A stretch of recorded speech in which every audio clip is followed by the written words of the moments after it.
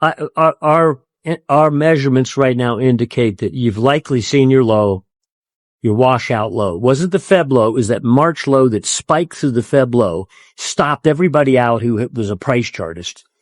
Said, I'm out. I'm gone. Of course, they bought it silver at $100 as opposed to 56 or something. I think silver by this summer, probably, maybe later in the summer, will be reaching levels that to us make sense on a variety of reasons. And that is between 300 to 500 an ounce. I think by this summer will be 300 to 500, 300 to 500.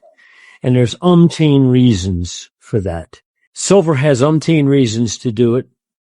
Its monetary valuation, its relative value to gold, its own technicals, all kinds of factors come into play here. And I think that we're in a rampage move and we're in the middle of the clock. See, at the close of November, we started the clock in December.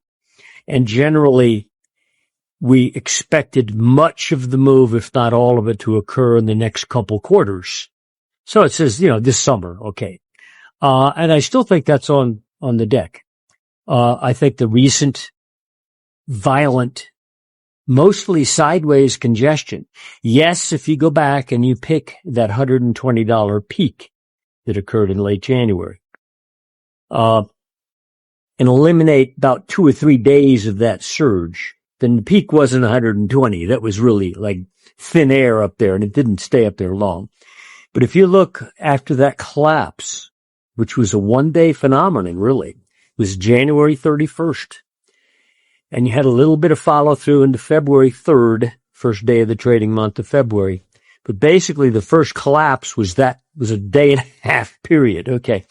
And then since then, you've gone up and down violently between roughly getting over 90 and lows in the 60s. And if you look at a price chart, and we can't share all our momentum charts because our subscribers pay for that, and we offer numbers based on the momentum factors. But broadly speaking, you look at a price chart, you made a low in February at about $66 on silver. And for gold, you made a low at about $44.23 front month gold contract. Okay. Now think about that. That's the spike low. Then you shot up from both of those levels in the metals and didn't come back to them until the war news, the headline. Okay. And on March 23rd, silver finally got back down and took out its February price low. And of course, by doing that, you know what happened. They ran a bunch of sell stops. Okay. Anybody who used the Feb low as I can't take it if it goes through that low, and they sold out. They got washed out. So did gold. Gold made that low at 44.23 in February and got down to 4,100 on March 23rd. But if you look at what happened on March 23rd that day, silver literally spent a couple hours only below the Feb low and then exploded back up, shot back up into the 80s again. Right now we're trading around 77, 78, okay, as we speak. Gold took out that low, spent like a day below the February low after running all the sell stops, flushing out the late longs. Because you shouldn't have been buying gold and silver, frankly, after you and I talked. Our last major buy signal was at $56 on the November close on silver. And the two prior ones are $25 in March of 2024, and then another major buy signal at $34.90 in June of 2025. So we had 3 major buy signals, but the last one ended on the November close of silver, where it broke out versus gold, its relative performance. So since then, we've had this violent consolidation, really, where you can actually draw a line through it and say, gee, I just don't know what way it's going, and I think you've seen your low now. I think that March low was the washout low. And therefore the technical issue now for the monetary metals is, when do they signal that they're in fact coming out of this zone and going to resume the uptrend in a dynamic, even more dynamic way than they did getting up to this zone? Okay. You're near those levels right now. And a couple more bucks in silver and you've cleared all of our intermediate green light signal levels. Okay. Gold is not far away either from getting up to levels that, no, you look at a price chart, you can't see that it's really asserting itself and going to go blast out through the highs. But there's certain momentum levels that we can see that will be crossed just above today's highs. And when you get there, everybody who sold the war news will be, befuddled. What's going on? I thought it was all over. I thought we're going into a global depression, et cetera. Silver's unusual price volatility is actually a cleansing phase, not the end of a rally. Sudden sell-offs driven by geopolitical fears shook out weak traders, but underlying momentum remains strong. Decades of artificial suppression are ending as soaring industrial demand for solar and AI infrastructure drains global silver supplies. Our measurements right now indicate that you've likely seen your low, your washout low. It wasn't the Feb low, it was that March low that spiked through the Feb low, stopped everybody out who was a price chartist. Said, I'm out, I'm gone. Of course they bought it silver at $100 as opposed to 56 or something. But I think we've cleansed the market. The issue now is to prove that we're coming out of here.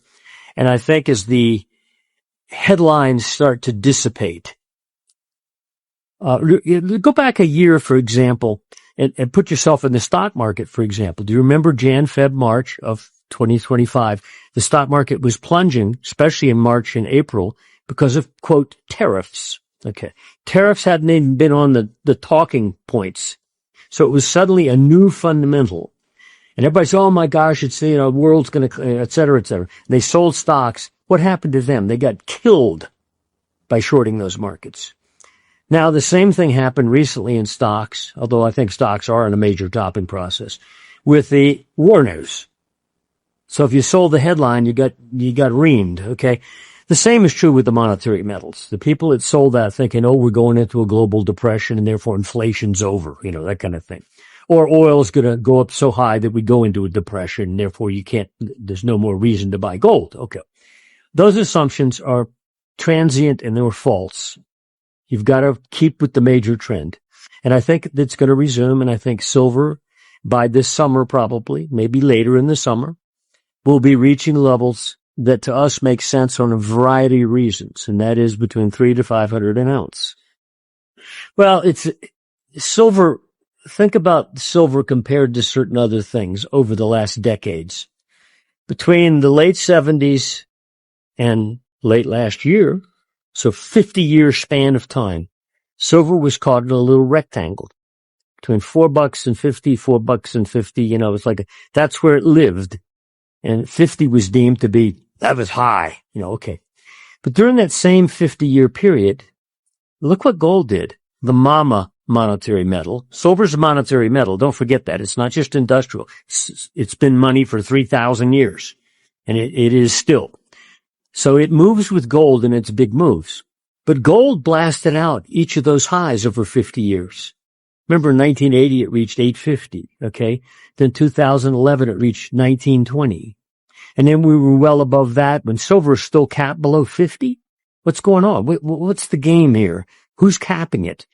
Then you look at copper, okay? A boring base metal, okay? It was caught in a range of price reality between 50 cents and $1.50 a pound for decades. Okay. Just like silver was caught between $4 and $4.50. Okay. Copper in late 2005 decided on its own, without being part of some mob move by the metals. It was on its own. In late 2005, finally decided to break out above that multi-decade range at $1.50. And within a couple quarters, it was at $4.50. It tripled its reality, but it took out the top of that range in a couple quarters. It changed its reality, not 2 years, a couple quarters. And then after that, there were sell-offs, but it lived in a new reality. It was roughly, $3.50 on average, as opposed to the old average price of $1, 50 cents to $1.50 for decades. So it went into a new reality. Lead did the same thing. Lead, okay, exciting metal, right? In 2007, it did what copper did in 2005. It went into a new reality and lived there after that. How come gold didn't live in an old reality? Copper didn't, lead didn't. What was going on with silver? Well, there's arguments that are valid that, there have been efforts to contain it. Okay. Well, anybody who tried to do that was standing on a stick of dynamite. Okay. Because ultimately you can't fake reality. And if silver is justified to be at a higher level than $4 to 50 forever, then we know if you've been in markets long enough, you've seen markets create excess, like stock market tops that get overbought for too long. And when they go down, they often go down more than they probably should to correct for the error of being overbought for too long. Well, silver was the opposite. It was not overbought for too long. It was suppressed for too long, depressed. And so it said, hey, I'm out of here. Okay. So don't be shocked if it replicates copper and lead, which like tripled within a couple quarters after emerging out of the price base, and or gold making the new highs all the time. Now we measure this. We don't just look at the old charts and say, well, they did it, so silver can do it. Okay, that's fine. It's an interesting archival thing to look at. But when we measure the momentum of silver long term, not just look at the price chart, we knew back in June of 2025, when silver was coming up toward $35 for a third time in a year, again, in the middle of that range, $35, okay, we said, okay, the acceleration phase is commencing. And it did, okay. By the end of the year, we were in new highs. And, we not only got above 50, we got above 100, okay. And I think all we're having is a congestion zone here, which also in the copper move that I mentioned and the lead move, there were periods in the middle of that surge where there was a violent downturn. And it looked like, oh, it's topped. Okay. It doesn't top with the first high. It's maybe the second one. It will. But the second one was very dramatic. Markets periodically enter entirely new pricing eras. Just like copper rapidly tripled in the mid-2000s after decades of stagnation, silver is approaching a similar breakout. While inflation has skyrocketed the cost of homes and food over 40 years, silver's price remained artificially stuck. This massive imbalance cannot last. Anyway, so I think the monetary metals, and they have good reasons fundamentally for doing this, are merely having a violent shakeout trading range that is now ending, and we're about to engage in the next phase, which should be even more dramatic than the first phase. Look at the price chart of T-bonds, which means as it goes down, yields go up, okay? When you look at a yield chart, you're just nailed there at high levels. It just won't come down. Fed could cut rates on that end, and it just won't come down on the long end. It's choking long-term debt holders, okay? And the people who loan the money to them also. In the sense that, debt insolvency and things like this are starting to pop up here and there, consumer credit and so forth. The bond market technically, since a collapse low that it had in price, meaning a sharp rise in yields back in October of 2022. That's when T-bond futures had dropped from a late 2020 high. They'd reached 190. Okay. They collapsed all the way down to 117.50 by late 2022, meaning yields really rose a lot. We call that move. We got bearish in October of 2020. Price was then about 180. And the bond market puked. Finally, it had a real collapse at the tail end. But if you look back to October 2022 and draw a line sideways through the price chart, it's had 3 efforts to get a rally going, as if it were trying to base, meaning yields tried to peak. And every effort has failed. Late last year, in November, Williams, the head of the New York Fed, said the Fed was going to start buying bonds. Okay, now, he said they're going to do it because of the liquidity in the market. They wanted to inject liquidity, okay. Since then, bonds have dropped from, they had a rally high then back to about 117, 118, and they've come down and traded as low as 112 recently.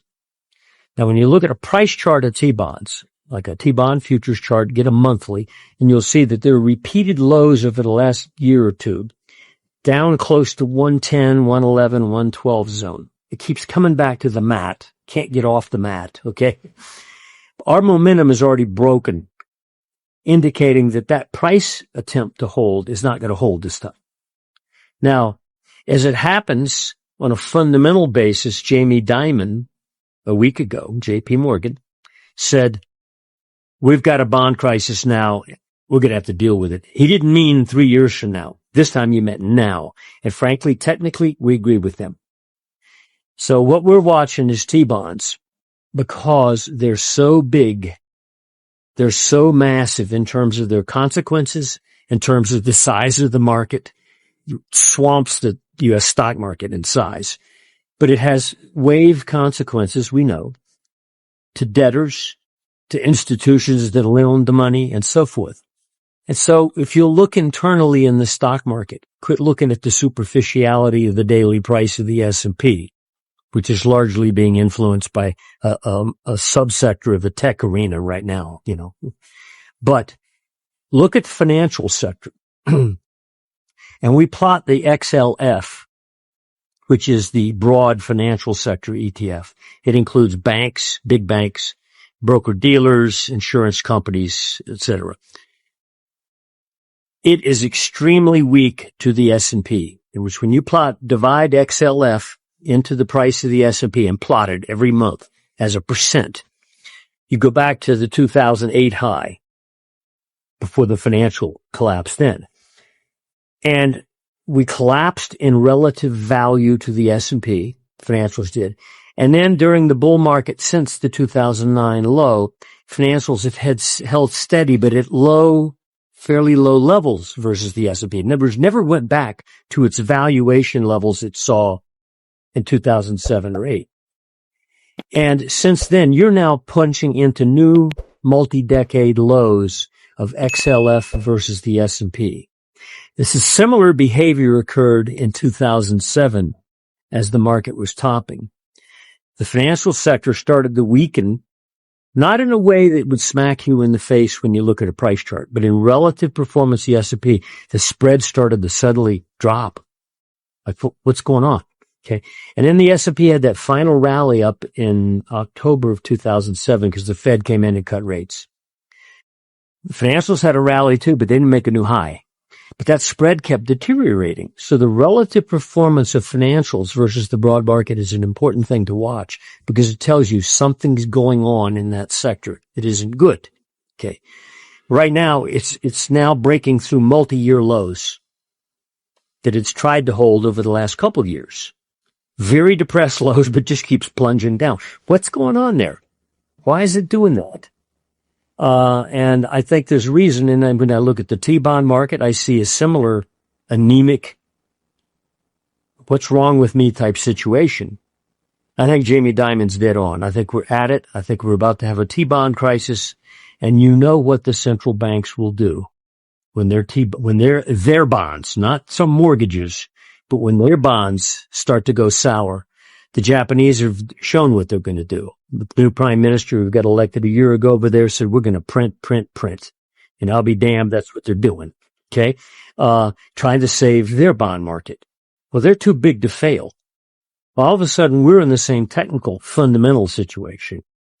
And so we sort of look at the Japanese and think, well, that's their problem. We got the same problem. And we're arguing technically that the problem is now about to show itself. And this is far bigger than any Iran conflict or anything like that. This is a nuclear event. Well, who's the prime beneficiary when the Fed goes ape and prints? Monetary metals, okay?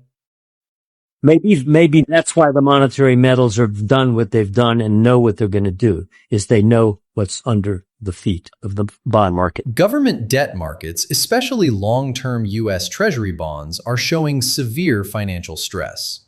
Rising yields put massive pressure on banks, corporations, and consumers. If bond markets weaken further and major financial institutions start underperforming, the global financial system could enter another highly unstable phase resembling the 2008 crisis. I don't want to be short T-bonds, even though I think they look like they're going to break down, because I know if they start to break through those price lows or yields start to punch through that flat ceiling that's been there for 3 years now and punch up to new yield highs, the Fed's going to act, and they're going to come in with, like a fireman with their fire hoses as needed. So I don't particularly want to fight them, but I know what they're going to do to fight that problem, and that is print. That's all they can do, is come in, cut rates lower than a free market might have them, and print money, buy bonds, buy ETFs like they did during the COVID thing. Remember that, And we got a new Fed chairman coming in who's, the print president, just like the Japanese new prime minister. Trump wants him to cut rates. Well, you can bet there'll be excuses to cut rates very shortly, especially when that T-bond market starts causing wave effects in the real world. And the Fed can then respond because the data point went sour, and frankly, though the defending T-bonds is not one of their mandates. You think they're not going to? Of course they are. They're going to have to. And that means fuel for gold, because if T-bonds aren't the alternative to the stock market, the old 60-40 rule. The Morgan Stanley CIO several months ago said, hey, we need to change that old dogma. 60% stocks, 40, but it needs to be 20% bonds, 20% gold. He at least admitted something new had to happen. T-bonds will not be an alternative to a topping stock market. And I think the stock market is topping. And I think it will show evidence of that somewhat later this quarter and especially next quarter. Downside evidence. But anyway, so that's a key factor to watch, is the T-bonds, not the Iran situation. No, it's technically, if you take a dollar index chart, and I don't care too much about the dollar index, because all it really is it's 70% of it is the euro and the yen.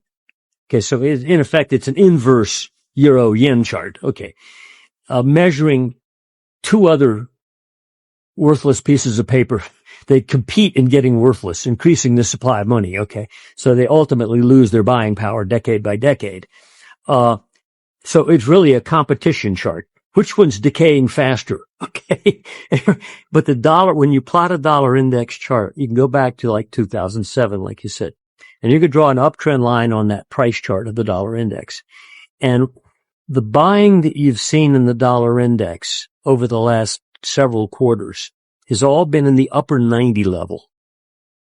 We got bearish at 104.50, 104.21 back in March of 2025. It dropped down under 100. Dollar index, and it hit that price chart trend line, and they started fumbling. It fumbled around that line. So every idiot with a crayon could draw that line on the price chart. And that's the nature of the buying you've seen, is the price chart guys. But it's not getting up off that line. It keeps trying, and it fumbles back down to the line. So when you look at the price chart, even that says, how come I can't get off this line? Usually when you hit it, you fire off of it. This time you're clustered on it. But when you run a momentum chart, that line's been blown already. It got blown back in March of last year. So momentum says, yeah, you're going down, guy. But the price guys are trying to defend it. We dropped down in the 97s again today. And I suspect if you get down around 97 or 6 on a monthly close, you'll finally alert the price chart technicians that, oops, it's failing. And at that point, you'll see further acceleration in terms of dollar decline where even the public notices it. And of course, that'll add some fuel to gold. It's not an essential, by the way. But it will help further fuel gold. Along with, a weakening bond market, for example. So that's the factors that we're looking at that very few people are pounding the table about. And that's fine. You don't want everybody to be looking at the reason until it becomes obvious later. That's the way bear markets and bull markets work. If bond markets crash, central banks will intervene aggressively with massive rate cuts and money printing. Modern economies simply cannot survive a debt collapse. However, creating more money will inevitably destroy currency value and heavily boost precious metals. Investors should watch monetary policy closer than daily news headlines. I know that there's some debate about the difference here and there, and a lot of people are looking at issues like, the open interest on the COMEX, or whether the COMEX will raise margin rates and all this stuff. But that won't stop reality, because remember, if reality's been contained artificially, again, as I explained, silver's stuck in this 50-year range until late last year. Nothing else has. I mean, you look at, for example, when your granddad built a house, it was $450. No, it should be $4,500. And then when your dad built one, it was $45,000, and the median home price now is $450,000. Okay? Those haven't been restrained. The price of bread has also gone up quite a bit. You name it, they've gone up. Why? Because of the underlying degradation in the money unit. And if you go back to 1980 and ask yourself, look at an M2 chart, money supply, and look where it is there and where it is now, and look at the gain it's had. Okay. Or go back to 2011 when silver also hit 50 second time, and look where money supply was then versus now. Silver's finally saying, hey, I'm going to catch up to reality. I'm going to price myself.